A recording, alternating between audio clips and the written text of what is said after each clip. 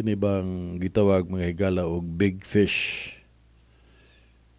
Dagkong isda ang panakpon, posibleng panakpon sunod semana, dili karon semana. Bagay Miyerkules pa man ron, so pwede karong semana. Pero butala na to nga tagaan na to galawan sa sunod semana na ay mga dagkong isda nga dakpon mga higala. Matud pa a low-hanging fruit. Sayon na pupuon bitaw kay wa bitaw di na nimo di ka mo gamit og tukon mahimurag magtindog ra ka pupuon nimo ang prutas kay low-hanging fruit man. Unya kuang kuno ni siya kanang enough evidence mga higala to warrant the indictment and possibly arrest before Christmas. Kinsa ni siya? Former Senator Ramon Bong Revilla for malversation or plunder in connection with flood control projects. Mao ni gipibaw ni Crispin Remulla mga higala ombudsman. Murag si Bong Revilla mo gidugdaog ani ron. Si Bong Revilla sad may apilar sa publiko pinagi sa social media nga iampo mi ninyo ang akong pamilya, iampo ninyo. Ita, anong iampo? Iampo, adto ka na ko, iampo ni San Anton nga way kaluoy. Pero mo kongkong niyo. Iampo, pagdasal nyo ang pamilya namin. Pero, ino tapo nga, ginganlan mo kuno siya ni kini ang Bernardo gihinganlan ko siya ba nga gihatod ang kwarta dito. Specific kayo ang pagsulti o ang account ba paghatod sa kwarta pila ang kantidad. Pero actually mga higala siya may nahog sa low hanging fruit sa iyo na pupuon. Pero kini sila grispo. Kumantay mong grispo nga tabian kayo karon hilom-hilom lang. Hilom gyud siya kana bang mura kinta kuha god kinta sa kay bawag what's going on. Whereas kanunay man starring sa media. Ngano tungkol appeal man. Appeal man siya sa insertion. Unya, hey kuan ay kana bang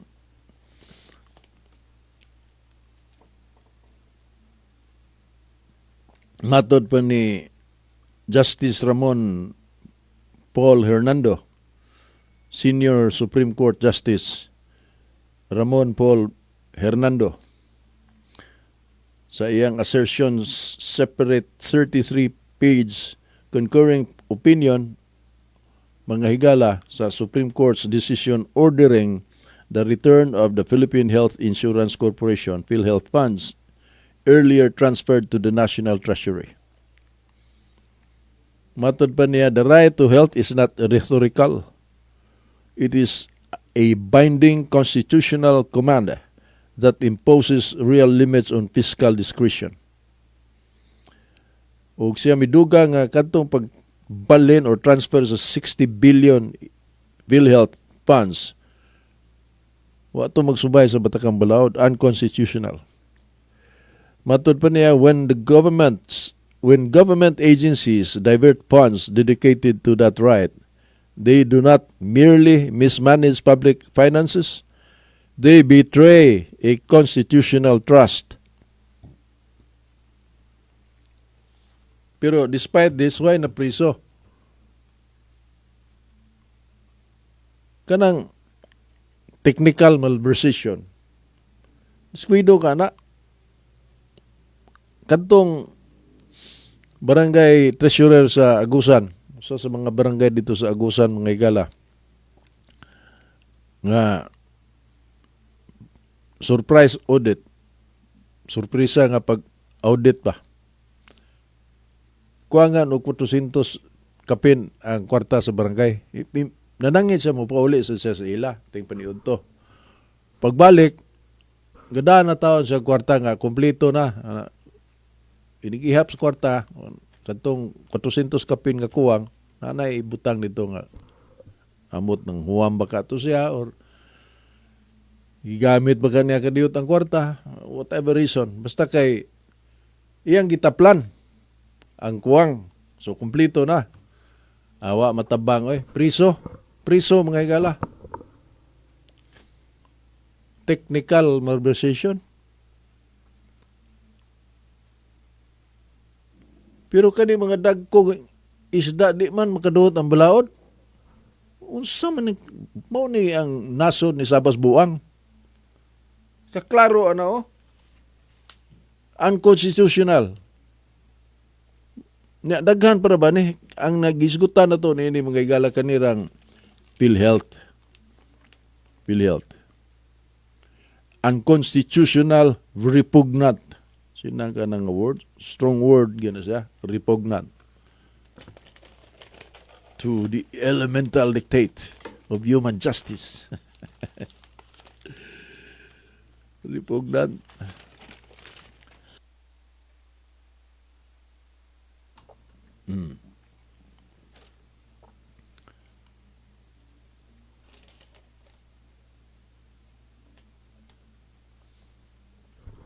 Matod pa, what cannot be done directly cannot be done indirectly, nor cured by a change in direction. A government act that violates the Constitution cannot serve as a lawful basis for the permanent relocation of public funds. Matod pa ni Senior Supreme Court Justice.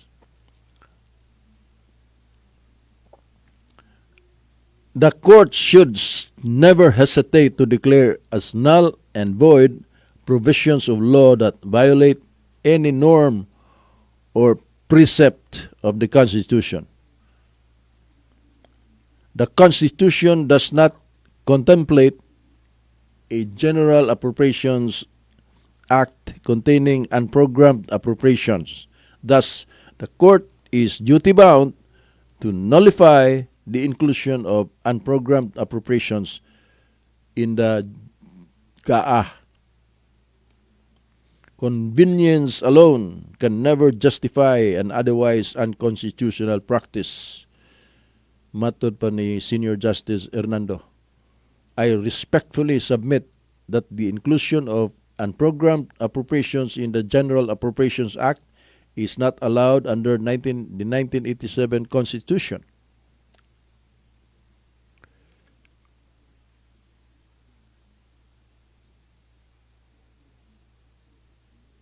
Naanad man gud ni sila ani. Kaning yung again bisag unsaon nila og atras-atras sa tuig. Grabe gyud ang nahitabo atol kining kuana mga higala kining administrasyon ni BBM. Unya daghan ka sila gimmick nga gihimo ron. Panalitan, I'll give you an example, no. Iyang gi-announce nga let Mary's example guide leaders unified nation.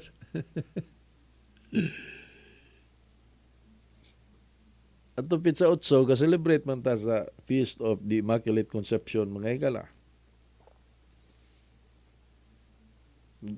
Gako ang mensahe ang presidente.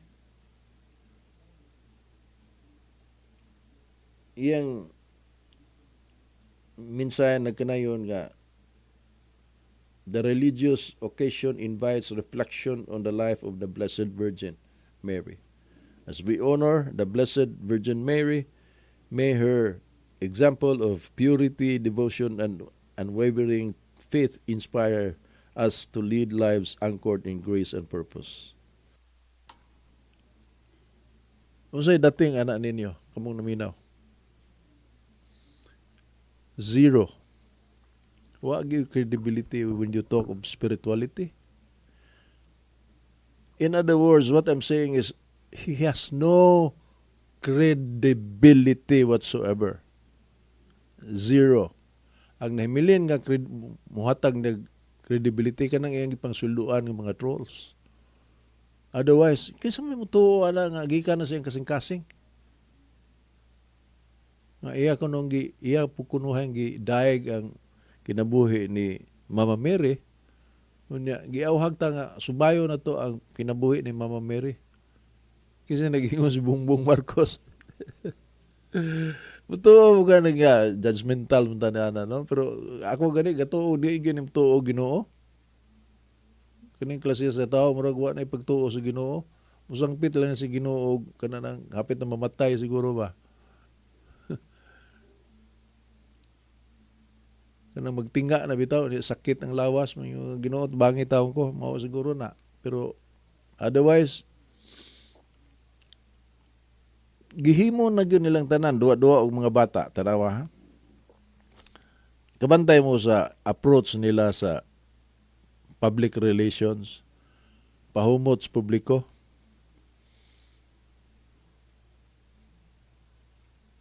Dito siya sa pag-abli sa taytayan dito sa Bukana, mga higala sa Davao. Kadiyot ra kayo dito, wa gani mga official sing tambong dito, siya ra, niya pa picture, sibat din sa kay helicopter. Unya, ang announcement nga, usa ni sa upat ka mga legacy projects sa iyang administrasyon. Di ko na tinuod, ang mo insister sa nga tinuod, akan to sa minayra nila. Ngano, tungod kay kwarta na sa China, kanang maong proyekto, kwarta na sa China, wa dili gani na loan. Gihatag yun na, goodwill money na sa China, alang sa Pilipinas, sa diyang presidente pa si Duterte. Kaya si Duterte, amigo man na ng presidente sa China. Amigo niya si Putin, amigo niya si Donald Trump, kontra niya to si Barack Obama. Friends to all. Motoy policy ni Duterte sa iyang pagka-presidente. Migo tatanan. So, gapahumot pong China, na nga naay proyekto gihatag wa gyud na dili na utang. Pero gisugdan og trabaho, in fairness, panahon na ni Bongbong. Pero di siya moangkon nga iyahan ang proyekto, bida sa nganong moangkon ka nga, di man gani katagdon sa presidente sa China atong pag-ASEAN Summit. Kay imong giatake. Tubangan sa ba mga Asian leaders imong gibirahan ang China. Gisaway kag maayo sa diplomatic community nito. Tibok international yung unsam ni presidente sa Pilipinas nga wa may decorum. Pahumot siyang maayo sa Amerika kay og kanagong Amerika mga higala sa mga traditional politicians. Og di na ganahan nimong Amerika, palpa kayo mong administrasyon. Wa siguro people wirpa ka. Di ka katiwa sa imong termino kung kontrahan ka sa Amerika. Sama sa, di po ka kadaog og di ka suportahan sa Amerika. Mo na'y karaang konsepto ba. And for a while, it's true. Kay dako mag-interest ang Amerika gudin sa Pilipinas. Dako kayo interest ang Amerika. Dili tungod kay love ta sa Amerika, dili mo pagtuo niya na. Alang sa seguridad sa Amerika, kinanglan ang Pilipinas kanunay kuyog nila pero ug imog yung kwintahon alkansig og kaita. Tungod po na sa atong mga leaders of course kay wa man nila i-leverage og mayo ang atong geographical location mga higala. Sa duwa sa geopolitics, bugat kaita og role diha. We can leverage that to our advantage of course, no? Pero for the longest time, dako kay bayad ang US sa ilang airbase dito sa Japan. Kita TY. Naay bayad nila nganlan og donation. Di man na donation bayad magyud supposed to be na pero kanang mga helicopter nga sa kanang mga Amerikano mga higala dito sa Mactan Air Base, mga military kanang Air Force God. So ay moadto man na sila kanang na mga joint exercises ba. O niya, moapil anak sila mangaon usahay mangaon diya sa clubhouse sa kami mga golfers mangaon napod sila mo mga kuyog ng mga officials po nato ba sa Air Force. Madungog ug unsa ang ilang istorya. Siyempre kay tupad ako na lamisa. Madlog sa kay ako na notice madlog sa kay kanang UE helicopter kanang gigamit sa panahon pa sa Vietnam. Mahadlok mo sa kaya na ang mga Amerikano. Hadlok yun as in scared to death good. Kay anytime hagsa na. Pero donation ang tawagan na nila diri sa ato. Di na donation supposed to be bayad na monetary value mga higala. Unya kanang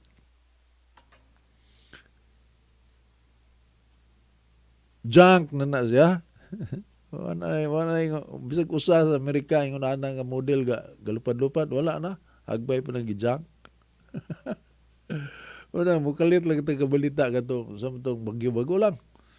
Tong bagyo nga dito Butuan rescue operation nangamatay na noon ang mga pasahero sa helicopter kay kadto man karaan. I mean, kinahanglan mantigo mo leverage na ang presidente sa Amerika sa Pilipinas. Ang mga maing laking presidente sa Pilipinas nga mayo mo duwa na kadto si Ferdinand Marcos Sr. ug ang ikaduha si Duterte. Silang duha sa mga nangaging presidente sa Pilipinas. Of course kadto si Quezon, may sa to. Nang pag-ingon niya nga I would rather see Philippine government run like hell by Filipinos than government run like heaven by the Americans.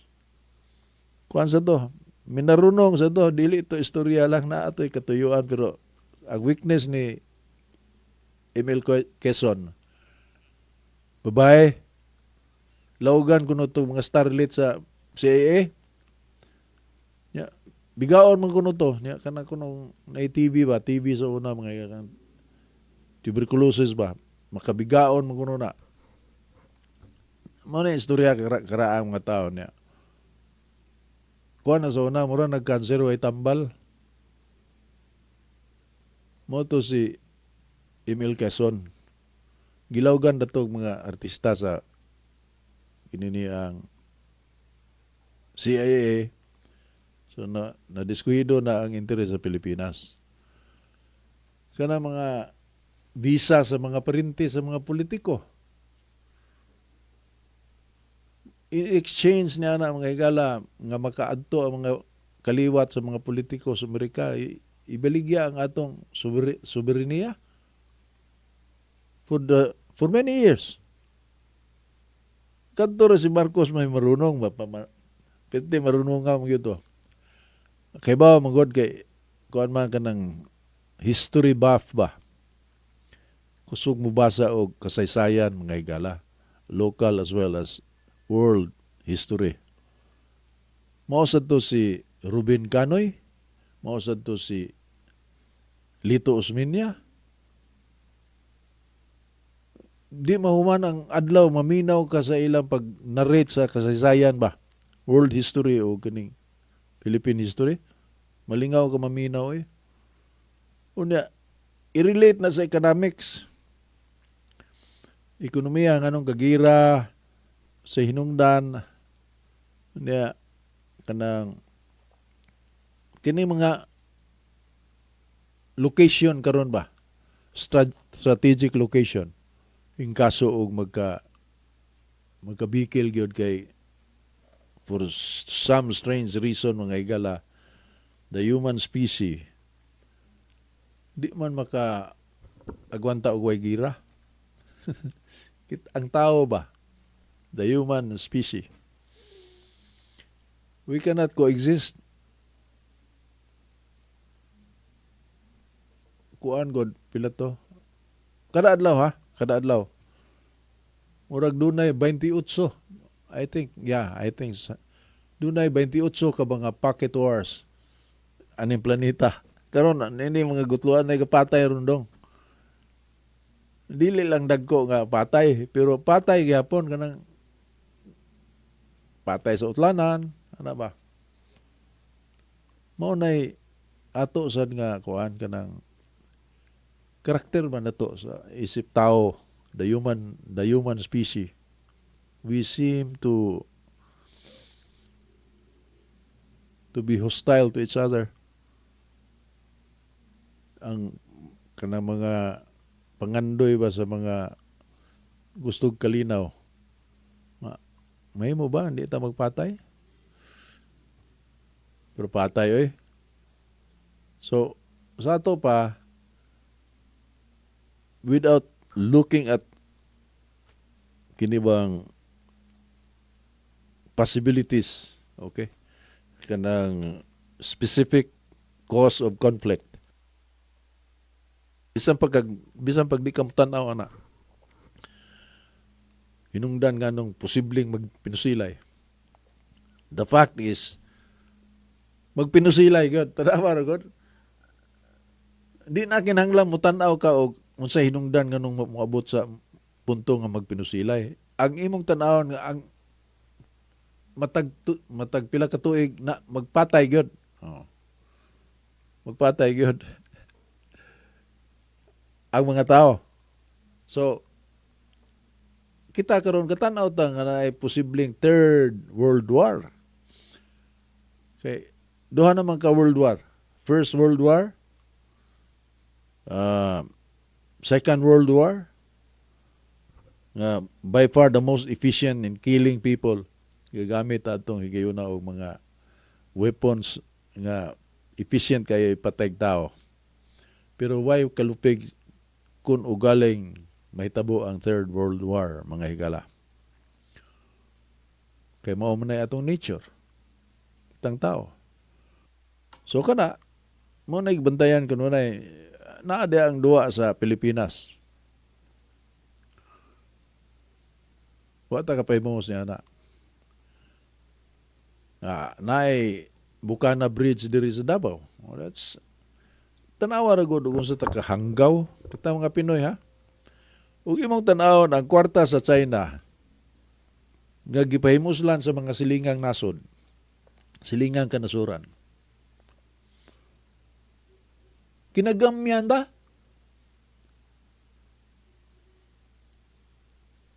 Ang Singapore dako kayo kwarta ang China naa sa Singapore gapahimos ang Singapore mga taga Singapore sa kwarta sa China. Naa sa Singapore. Malaysia, Indonesia, Vietnam. Pero kita, isog kita, gusto kita patay sa China niya. Kuan ka na bang anti-China ta? Kay kanang mag-unsa na lang atong nga kaigsunang mananagat nga kuhaan og panginabuhian dito sa West Philippine Sea. Kada mga argumento ingon na ba?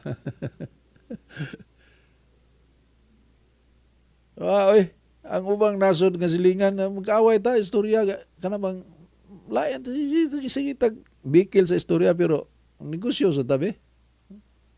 Negosyo sa ta. Pero anang West Philippine Sea, pila ka billion of dollars ang negosyo nga magkagian diha. Kinsa man ang mga nasod nga ganegosyo in billions every day. Mga nasod na mga higala nga sige kuhit sa Pilipinas, awayan ng China, awayan ng China. Pero sila sige negosyo. Kita mo mao na kinaingnan, mao na naata diha mo si Piat mga higala kana bang 50 years in Hollywood maguta. Inaktor ba? 400 years in convent and 50 years in Hollywood.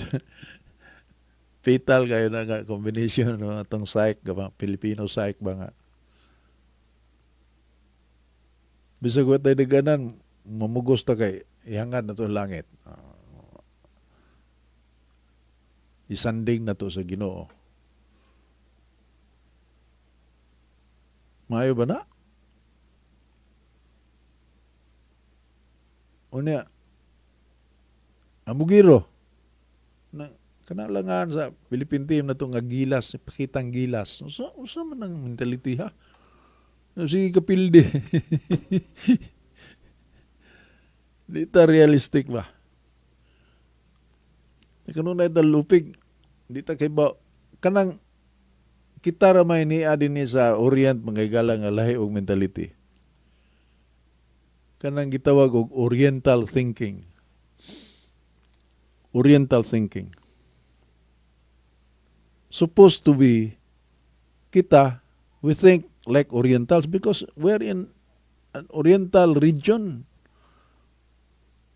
Pero lahi og atong dagan sa utok lahi, diutay ra ang Oriental thinking din sa ato nga nahimong national leaders na to. Ako, I can name few Oriental thinking politicians. Kato si Marcos. Marunong man to.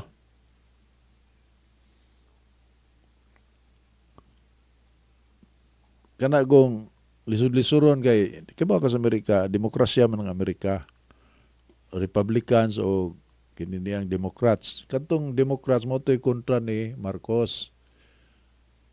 Ang Republicans, pabor ni Marcos. Unya, di man maka rule over lang ang Republicans. Makikdebate pa man sila kung sa ilang gustong may tabo sa Pilipinas in support of Marcos na may magsamok-samok po nila nga opposite party ng Democrats. So, mag-debate pa sila dito. Sayon kayo buhato ni Marcos o madali. Yada yung pabisitaon si Milda dito sa Russia. Tarantar ang Amerika. Hasta mga Democrats tarantar. Kuan lang. Bisita lang god. First leader ko na. Huwag ko na ranggo. Unelected. Pero kuan lang. Bisita lang ang first lady dito sa Russia. Tarantar ang Amerika. Hasta mga Democrats. Hatag na lang na. Mo to gadugay si Marcos. Marunong man. Mismo kanang treaty na to with the US, kanang Mutual Defense Treaty, giskutan ng Marcos na sa video mga igala. Yung si Marcos, sa kamo, samtang kamo, debate pa din sa inyong kongreso, kami dito nangamatay na. Ayaw may patuwa na Mutual Defense Treaty. Di na, kinanglan kami mismo malig-on ang among national defense.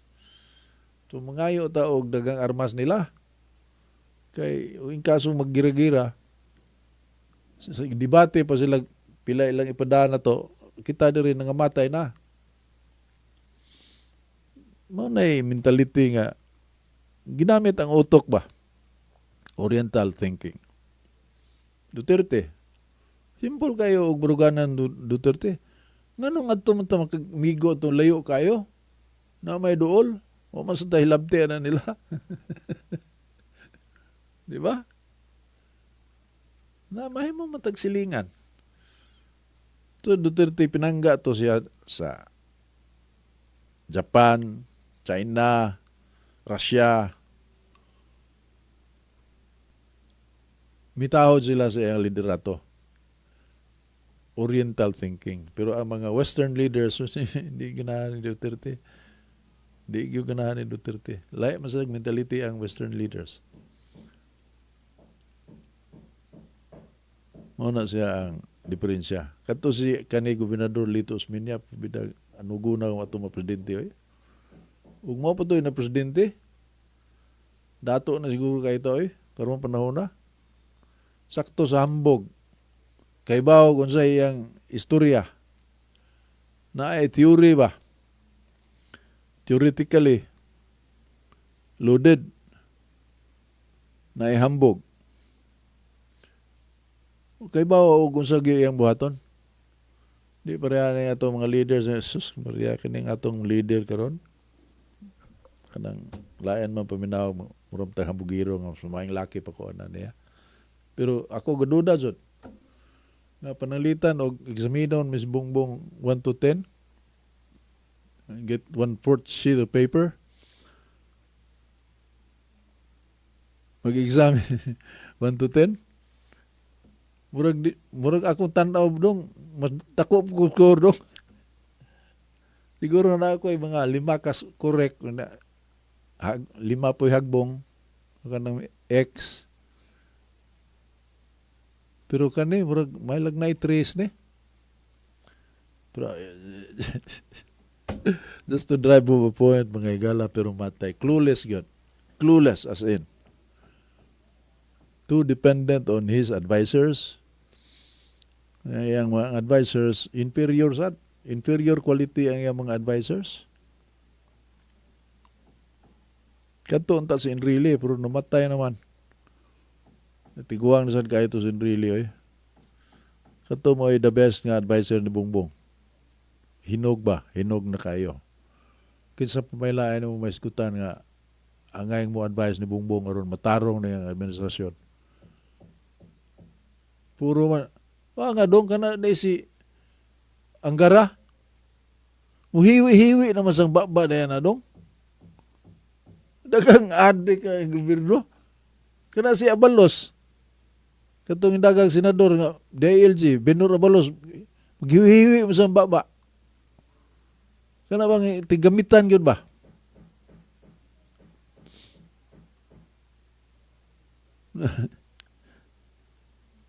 Ang di kasabot ana ka nang wakagamit pero makagamit ka na makaibaw jud kang ngano na o ngano sa bugamit. Ana public engagement gatuo sila nga may sila mo istorya, confident mo istorya. Bright man ka na dong. Pero muhiwi lang imong baba. Muhiwi taka lang kag istorya ba. Labi na og dugay ng katigabitan borderline buang na ka ba kanang adik borderline buang yun na mayo mo istorya pero kadugayan mo piminaw mo naman matuno ang istorya ng kagwang